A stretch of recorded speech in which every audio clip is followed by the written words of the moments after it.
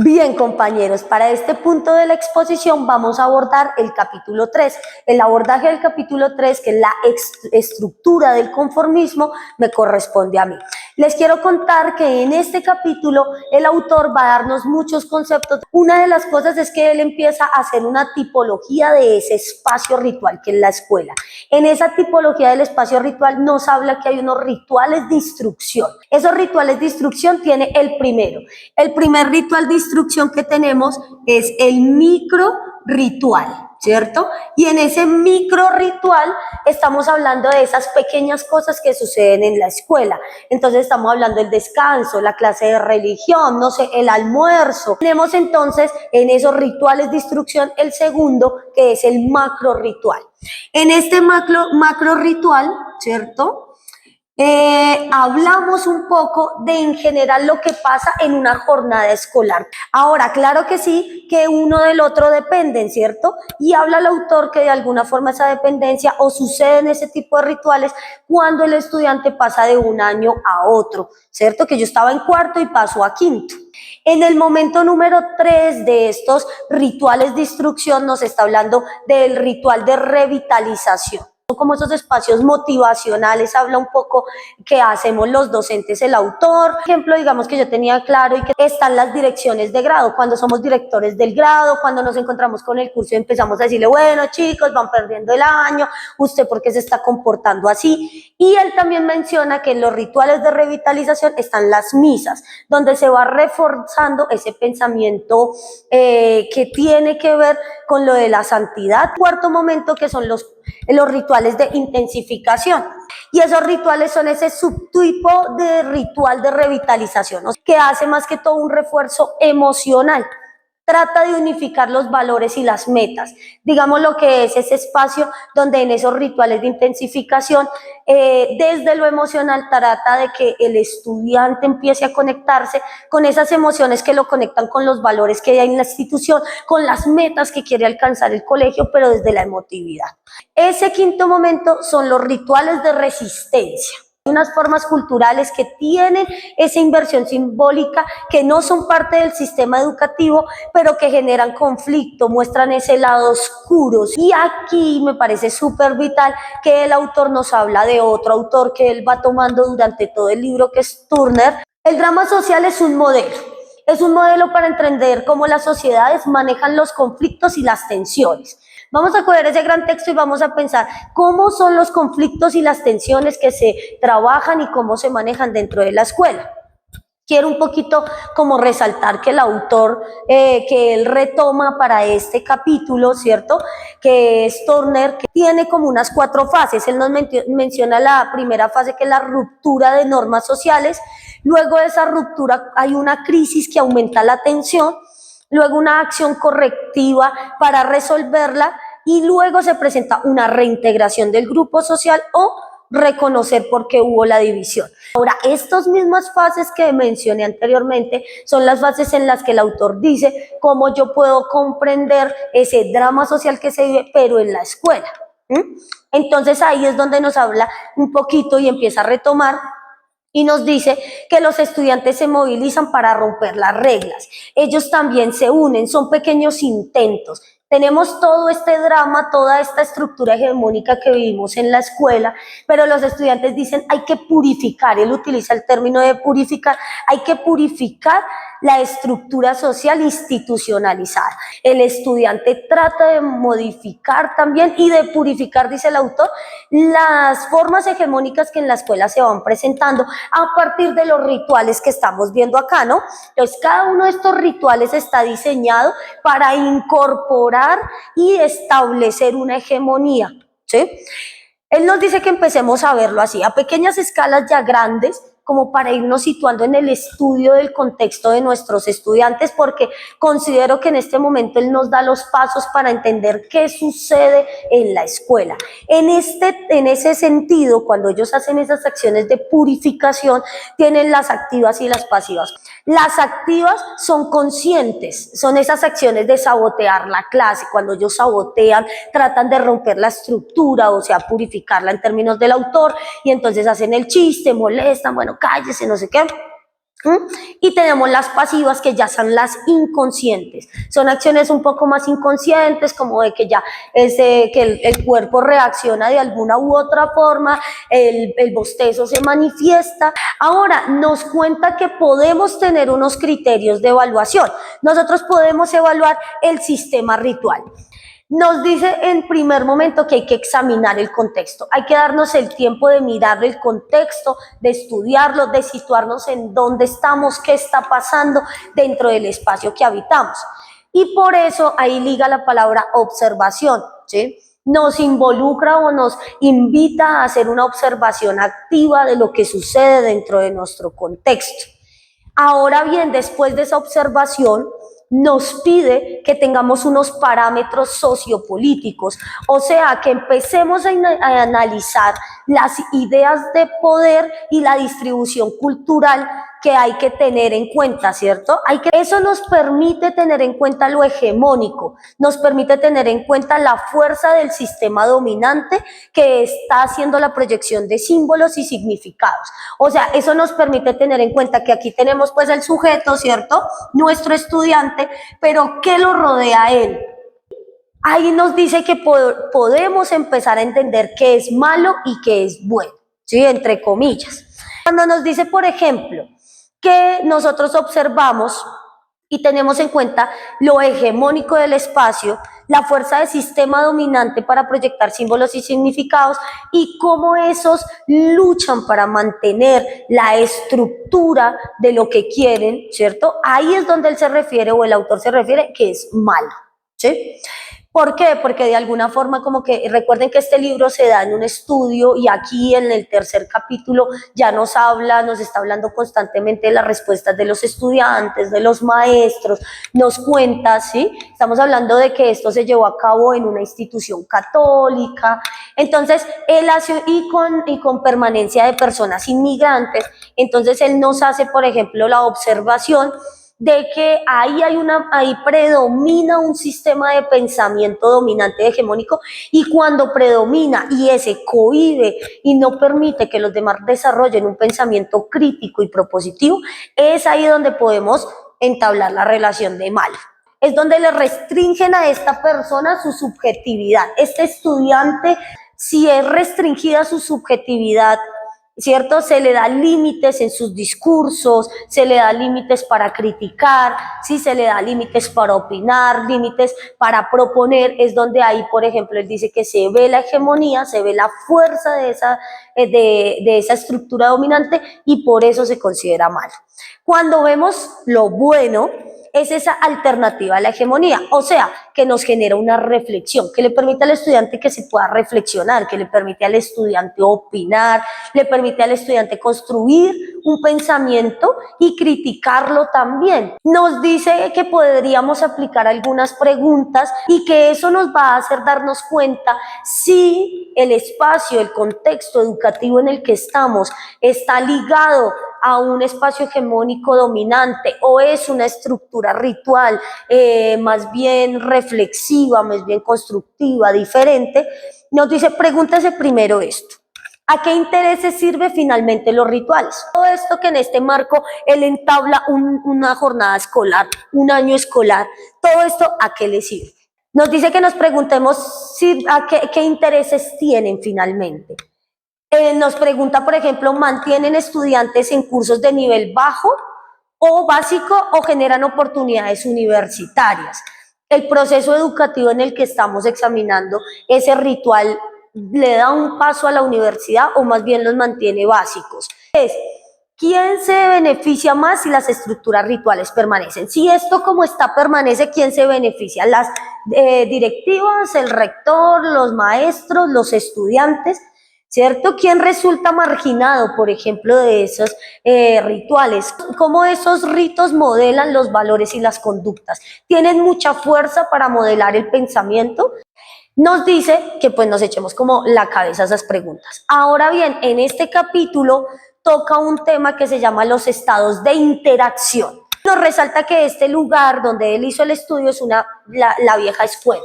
Es esa escuela donde siéntese, cállese, ta. Entonces tenemos el primero, que es el estado de la esquina. Está el segundo estado, que es el estado del estudiante, el tercer estado, que es la santidad, y el cuarto estado, que es el hogar.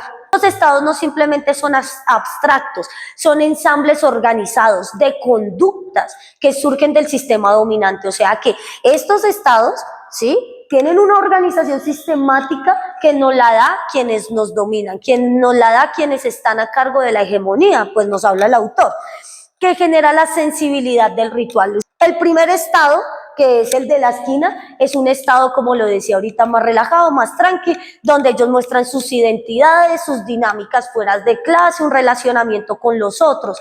Es un estado, por ejemplo, que da rienda suelta a sus emociones, a sus frustraciones. Generalmente, y los que somos profes de colegio lo podemos observar en el descanso. Entonces él nos habla que es esos espacios libres donde ellos muestran su frustración, quiere decir que se golpean, hay mucho contacto físico, es desmedido, es indomable.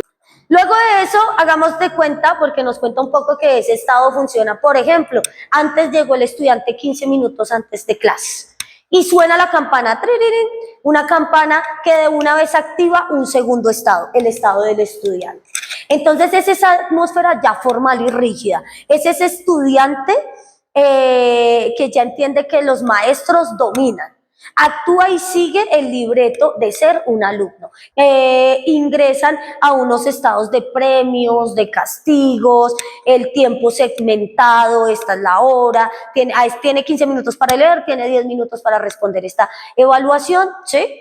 Y empieza a haber una organización del espacio, unos gestos ya más congelados, unos movimientos más rutinarios, se sienta, se levanta. Y entonces él nos habla de esas rutinas de movimientos, de símbolos y signos religiosos. La bendición, me siento, el Padre Nuestro, ya el cuaderno, todas esas cosas. Allí ya nos enlaza un poco, desde el estudio que él hace, el estado número 3, que es el de la santidad, un estado que corresponde un poco hacia el tema de la iglesia, un estado que corresponde en este caso al catolicismo. Entonces habla de que ahí en ese estado se habla del sentido espiritual, es un estado que le da que hace que sea trascendental del hecho de que el estudiante esté ahí, ¿no? Entonces vamos a reflexionar, vamos a entregarnos a Dios, vamos a pensar en qué hicimos mal, qué hicimos bien dentro de la escuela, ¿no? Y también hay una subordinación allí de Dios arriba, ¿no? El sacerdote mucho más arriba que los estudiantes, un sacerdote y un maestro que dialogan de la misma forma, porque el estudiante, desde los estudios que él hace, considera que ese estudiante ve allá al maestro y también ve al sacerdote y dice, es como lo mismo, es como ir a misa, es como escuchar a alguien hable, y yo quererme dormir. Y en el cuarto, que es el hogar, tenemos, como pues lo dice un poco, ¿no?, las interacciones entre los alumnos y los miembros de la familia. Quiere decir que es padres, que padre, pues él especifica que es la autoridad. Todos estos ámbitos hay una autoridad, ya sean los padres, ya sea el sacerdote o ya sea el maestro, que dialoga dentro de esos círculos de dominación. Y que nos habla pues también de que en este estado de hogar, los estudiantes también presentan un poco o actúan también en estados de esquina, ¿no? Entonces son más libres, van al cuarto, escuchan música, pintan, pues como que tienen una libertad, pueden manifestar un poco también sus frustraciones, sus emociones, tristezas, alegrías.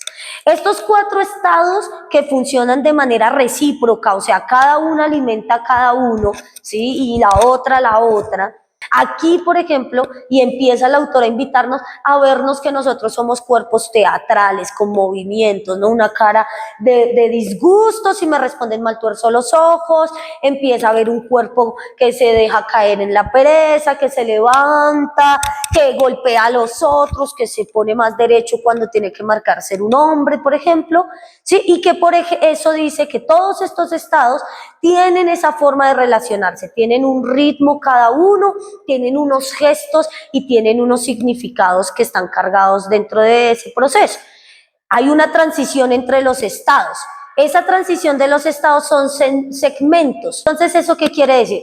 En este capítulo 3, él hace una tabla completa donde escribe, no sé, de 8 a 8:30 de la mañana, oración. De 9:30 de 9 a 9:30, receso, y las clases sociales, tan salida, todo eso él lo pone en una tabla y ahí es donde nos muestra cómo está dividido en segmentos el macro ritual, ya toda la jornada escolar, para que podamos entender cómo cada una de ellas conversa y se relaciona. No existen estados absolutos. No existe. Ellos no es absoluto estudiante, sino todos ellos se relacionan entre sí. Todos ellos se relacionan entre sí y generan esa reciprocidad tan importante de la que él habla. Ahora bien, nos habla un poco, y aquí entra a hablar de los gestos que se tienen en la escuela.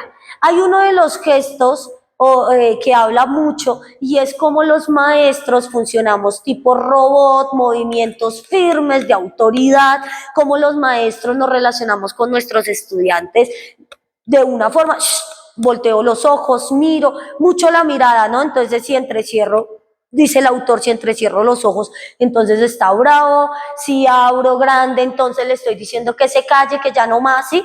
Y ahí, por ejemplo, hace un contraste con que el ojo del maestro es como el ojo de Dios, y el ojo de Dios tiene la ira divina. O sea que esos ojos advierten cualquier desaprobación y allí mismo nos introduce al discurso sagrado, el maestro como un discurso sagrado. Por ejemplo, unos gestos de entonación verbal y unos métodos rítmicos. Tiene él un tono, nos cuenta cómo, por ejemplo, en su estudio los profesores hablaban de un mismo tono, un mismo ritmo, el estudiante se dormía.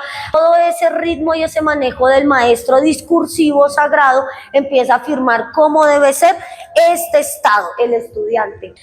Y genera un tipo de persuasión. Empezamos a persuadir al estudiante para que sea de la forma dominante que queremos y eso empieza a generar unas acciones a las que le llama performáticas. Un ejemplo que él ponía performático, digamos que nos lo hacían entender un poco, a que yo digo, ay, me voy a caer y me caigo, ¿sí?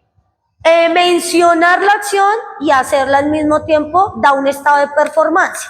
Por ejemplo, demostramos que somos católicos cuando nos quedamos callados, niños. Escucho murmullos, lo dice y a la vez lo hace y eso genera un estado de performance. Escucho a la araca, que es todo eso que está sonando.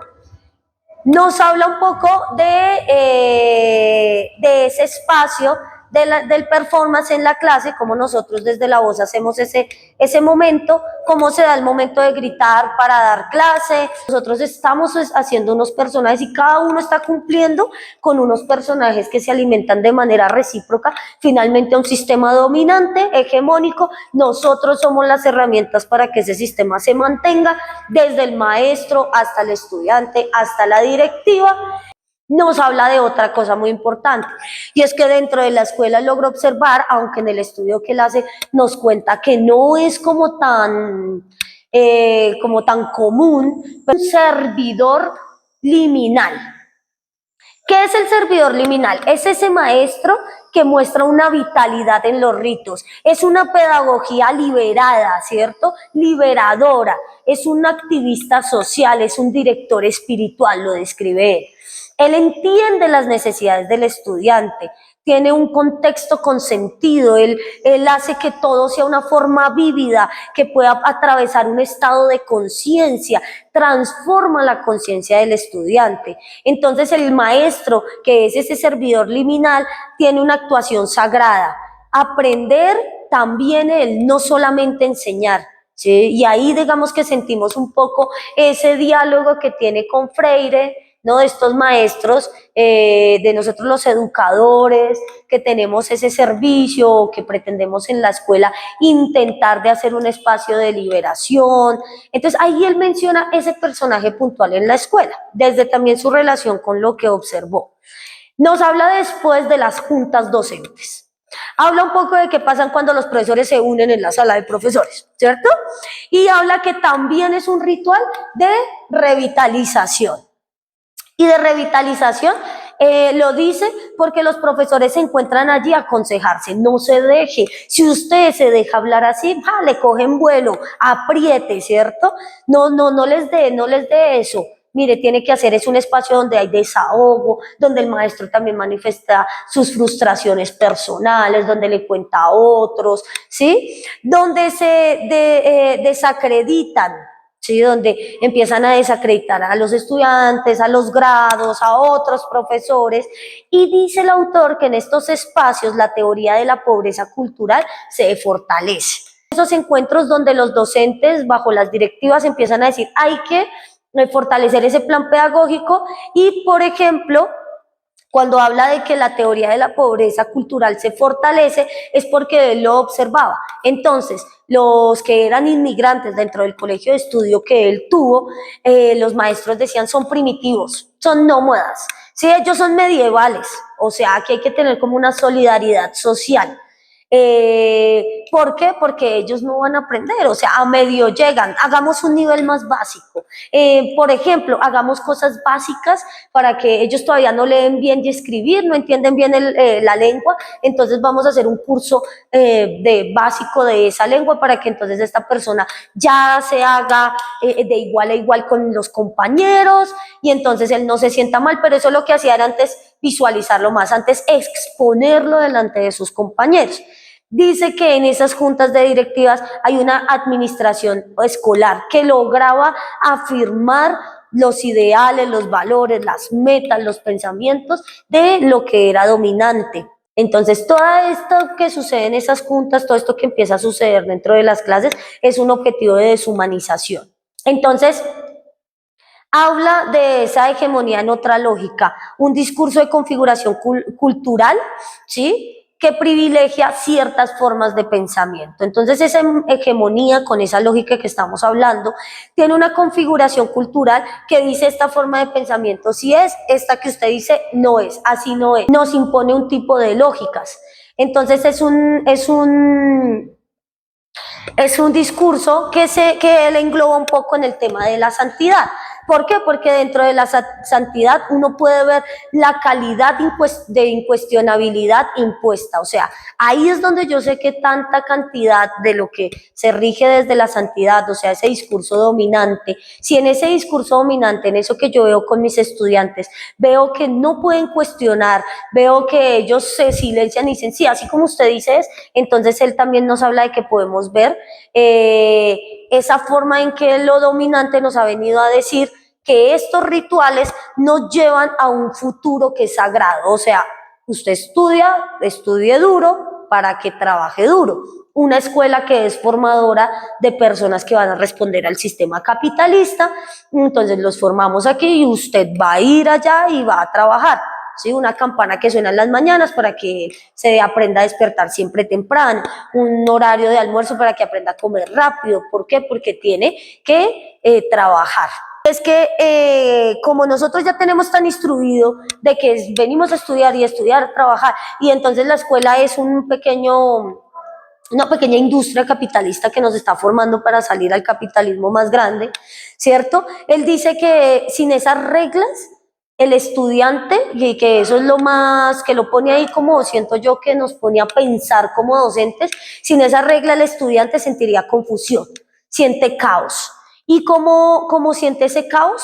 Prefiere más bien entrar en un conformismo y en una sumisión. O sea, que todos estos rituales empiezan a generar una persona sumisa, conformista, y una aceptación de esa forma sagrada. Es intrínseca, nos implica una obligación, ¿sí? Yo no sé por qué, pero yo vengo. Yo no sé por qué estoy aquí, pero me toca. Yo no estoy de acuerdo, pero es que así es. Yo qué voy a opinar, igual es que así es. Y si miren que yo no estudio, entonces yo no voy a trabajar, entonces sin estudio no hay trabajo.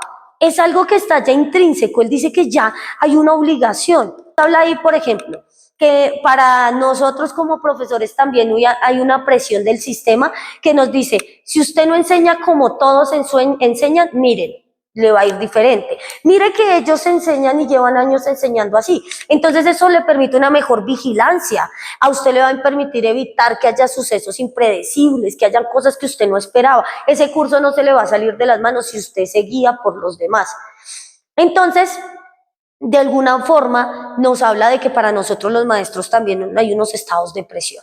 Y allí también aborda un poco eso que es los buenos estudiantes y los malos estudiantes. Nos dice que dentro de todo este proceso ritual hay unos buenos estudiantes, esos buenos estudiantes que en el ritual adquieren un estado de gracia, ¿sí? Que leen, que hacen los trabajos, que uno le dice, venga, vaya, y él va, se levanta, haga la oración, la hace, ¿cierto? Y que hay unos que son malos, de esos malos son los excomulgados, los que son castigados.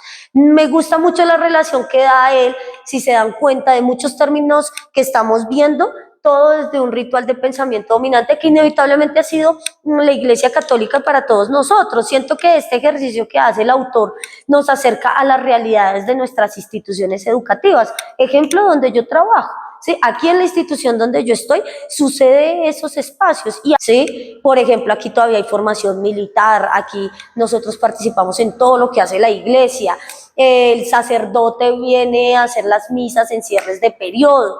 Estos territorios, por ejemplo, este territorio donde yo estoy que se llama Huicán de la Sierra es súper violento, aquí estuvo la guerrilla, bueno, muchos procesos de violencia.